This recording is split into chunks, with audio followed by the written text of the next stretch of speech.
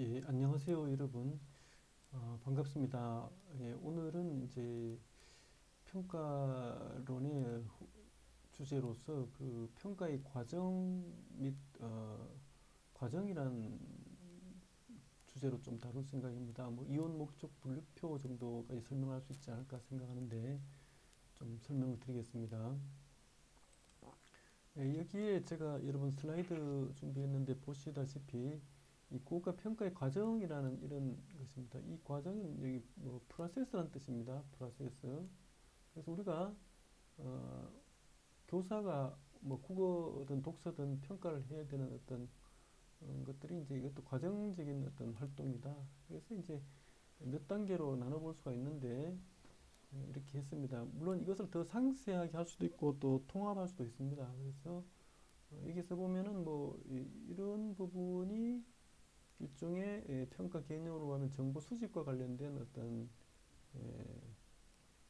행위고, 또 이런 부분은 이제 의사결정과 리포팅에 관한 이제 문제입니다. 그래서 이제 평가는 이 정보 수집과 크게 의사결정으로 이루어지는 어떤 활동이다, 이렇게 볼 수 있고, 개념론에 설명했습니다. 그래서 먼저 이제 어떤 목표 설정을 해야겠죠. 그래서 내가 평가를 하는 목적도 결정하고 목표, 또 평가 내용, 이런 걸 결정하는 겁니다. 그래서 내가 작문을 평가할지 뭐 독서를 평가할지, 독서를 평가하더라도 뭐 의력을 평가할지 독해력을 평가할지, 독해력을 평가하더라도 뭐 사실적 이해 능력을 평가할지 추론을 평가할지 비판적 능력을 평가할지, 이런 어떤 평가의 어떤 내용 혹은 이런 평가를 통해서 내가 뭘 어떤 목적으로 할 건지 이런 것들을 대략 결정을 해야 됩니다.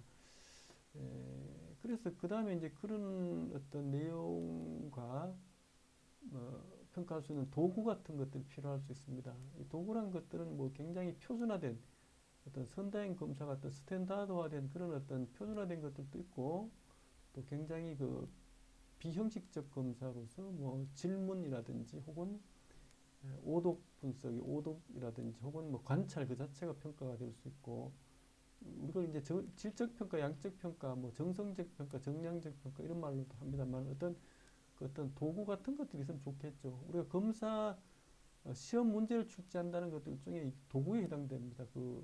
기말고사 시험 출제, 그게 뭡니까? 도구를 제작한다는 과정이라고 볼 수 있죠. 근데 이제 우리 교사들이 자주 생략하는 것이 있는데요. 이 이원 목적 분류표에 대한 이해가 반드시 필요합니다. 그래서 내가 검사하고자 하는 이제 어떤 문항을 무슨 어떻게 설계되었는지 어떤 텍사노미라고 합니다. 텍사노미. 그래서 그 문항의 어떤 하나의 틀이라고도 볼 수 있습니다. 그래서 문항의 하나의 설계된 것인데, 문항을 일목요연하게 알아볼 수 있는 앞에서 말한 뭐 여러 가지 문항과 관련된 어떤 정답도 설계해 볼 수 있고, 또 변별도 같은 개념, 평가의 양호되게 설명했죠. 그 다음에 뭐 어떤 또 난이도 같은 것도 이렇게 설계해 볼 수 있고, 또 그런 어떤 여러 가지 평가의 어떤 정보들을 넣는 거라고 볼 수 있습니다. 제가 설명할 때 자주 쓰는 것이 이게 이제 일종의 빵틀 같은 겁니다. 빵틀, 프레임인데, 제가 국어 교육에서 빵틀이 몇 개 있다고 할 수 있는데, 그 빵틀이 우리가 평가 쪽에서 할 수 있는 빵틀이 바로 이원 목적 분류표이고, 내용 체계 같은 것은 교육 과정의 빵틀이고, 그래서 이제 커리큘럼에서는 내용책이라는 빵틀이 있고, 교과서에서는 단원 구성 체제가 있고, 또 평가에서는 이제 이원 목적 분류표라는 이제 빵틀이 있고, 수업에서는 또 수업 모형이라는 빵틀이 있다는 겁니다. 그래서 그런 것들을 우리가 수업에서 수업 모형 같은 것이 있었죠. 어쨌든 그런 것 중에 하나다, 이렇게 알아주면 되겠습니다. 이렇게 해서 검사 도구가 만들어지면 이제 검사를 시행하는 애드미니스트레이션입니다. 시행하는 겁니다. 그래서 우리가 뭐 기말고사를 보게 할 수도 있고, 아니면은 비형식적 평가나 과정 중심 평가는 수업에서 그대로 실행되겠죠. 수업의 어떤 활동지로 나갈 수도 있고, 이런 것들이 다 일종의 검사 시행 과정이라고 볼 수 있습니다. 이 검사 시행 과정에서 예를 들어 어떤 요즘 뭐 시각 장애인이라든지 이런 학생들이 있고, 이런 학생들이면 뭐 그 점자용 검사 도구를 만든다든지 이런 것도 또 나중에 국가고사 같은 데는 합니다. 그래서 모든 학생들이 교육받을 권리가 있고 또 그런 것들이 이제 시행 과정에서 부딪히는 문제라고 볼 수 있죠. 그 다음에는 이제 검사가 끝나면은 교사는 이제 그것을 어떤 정답지 같은 걸로 채점을 해보기도 하고 또 해석을 해야 됩니다. 이게 어떤 에, 장문 평가 같은 경우는 학생의 답 글쓰기 같은 것을 이렇게 보고 또 뭐 평가 기준에 따라 점수를 해보기도 하고 또 이렇게 할 수 있죠. 그래서 그것을 가지고 아이가 이제 어떤 어, 내용 조직에서 뭐 어떤 장점이 있는지 혹은 표현에서 어떤 문제가 있다라든지 그렇게 그 검사를 통해서 정보를 수집하고 그것을 그 학생에 맞춰서 해석해보는 이런 것들이 필요합니다.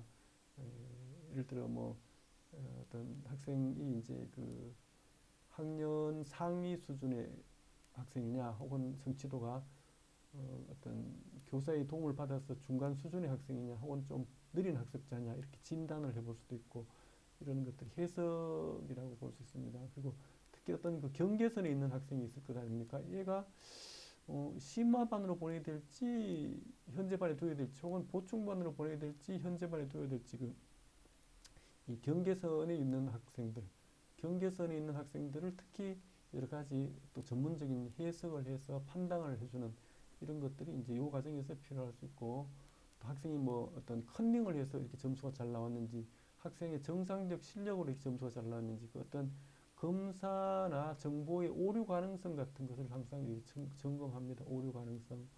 그래서 이제 이, 이 정보의 수집이 타당하고 신뢰로운지를 이제 우리가 어떤 검사 시행자로서 교사가 스스로 점검해보는 거라고 볼 수 있습니다. 그 다음에 이제 의사결정을 하겠죠. 그에 따라서 뭐 합격시킨다든지 상을 준다라든지 혹은 뭐 반 배치를 해본다든지 또뭐 재지도를 해본다든지 이런 것들 의사결정이라고 볼 수 있죠.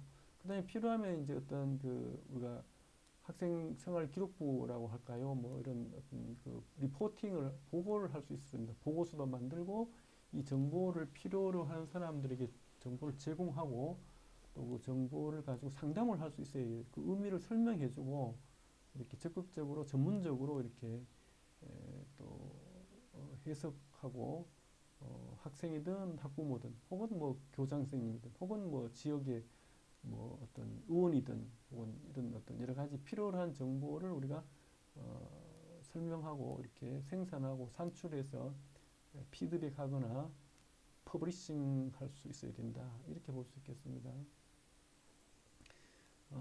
다음 주제는 이제 그 평가 목표의 설정인데요. 앞에서 말한 평가의 과정을 좀 세분화했다고 보면 됩니다. 그래서 먼저 평가 목표를 우리가 다시 한번 하고 이것이 중요한 이유가 이제 이것을 잘못하긴 하면 타당도를 위배하게 되는데 이 타당도가 없어지면은 낮아지면은 우리가 평가 도구로서의 가치가 현저하게 없어집니다. 그래서 반드시 내가 뭘 평가할 것인지에 대한 그런 부분을 유념하고 어, 그 검사를 선택하거나 개발하거나 해야 됩니다. 그 다음에 이제 이용 목적 분류표는 이제 검사를 개발했을 경우 혹은 다른 검사 도구를 사용된 검사 도구를 사용하더라도 이 검사 도구가 어떤 이제 세부 구인 혹은 영역을 측정하고 있는지를 우리가 이용 목적 분류표를 가지고 이제 우리가 그 문항을 우리가 이해할 수 있어야 됩니다. 이런 것들이 이제 이원이란 말은 이제 내용 영역과 뭐 행동 요인이다 이렇게 생각하면 됩니다. 예를 들어 국어과에서 뭐 어떤 이해하다, 뭐 이해한다 이런 것들은 또 뭐 평가한다 혹은 비판한다 이런 것들이 행동적인 측면입니다. 비판한다 혹은 뭐 확인한다, 정보를 확인한다 이런 것들이 하나의 행동적 위계라고 볼 수 있죠. 그 다음에 이제 뭐 어떤 내용 요인은 어떤 뭐 설명문에서 어떤 내용을 가지고 중심 내용을 뭐 확인한다, 중심 내용을 또 이해한다, 뭐 중심 내용을 비판한다 이렇게 생각할 수 있고 여러 가지로 설계할 수 있습니다. 어떻든 그 어떤 평가 내용의 어떤 행동적인 측면, 그다음에 내용적 측면의 어떤 교차로 된 하나의 표라고 생각하면 되겠습니다. 요것은 이제 우리가 평가를 개발할 때 많이 씁니다. 평가 도구를 우리가 학기 말에 뭐 선대형으로 된 어떤 평가 도구를 독서 평가 도구를 만든다고 생각할 때 교사가 제재 글을 골라야 됩니다. 그걸 지문이라고 하는데 교과서에서도 우리가 그 텍스트를 선정해서 뭐 활동을 붙여서 교과서 단어를 만들든지 반드시 평가 도구에서도 그 제재 텍스트를 골라야 됩니다.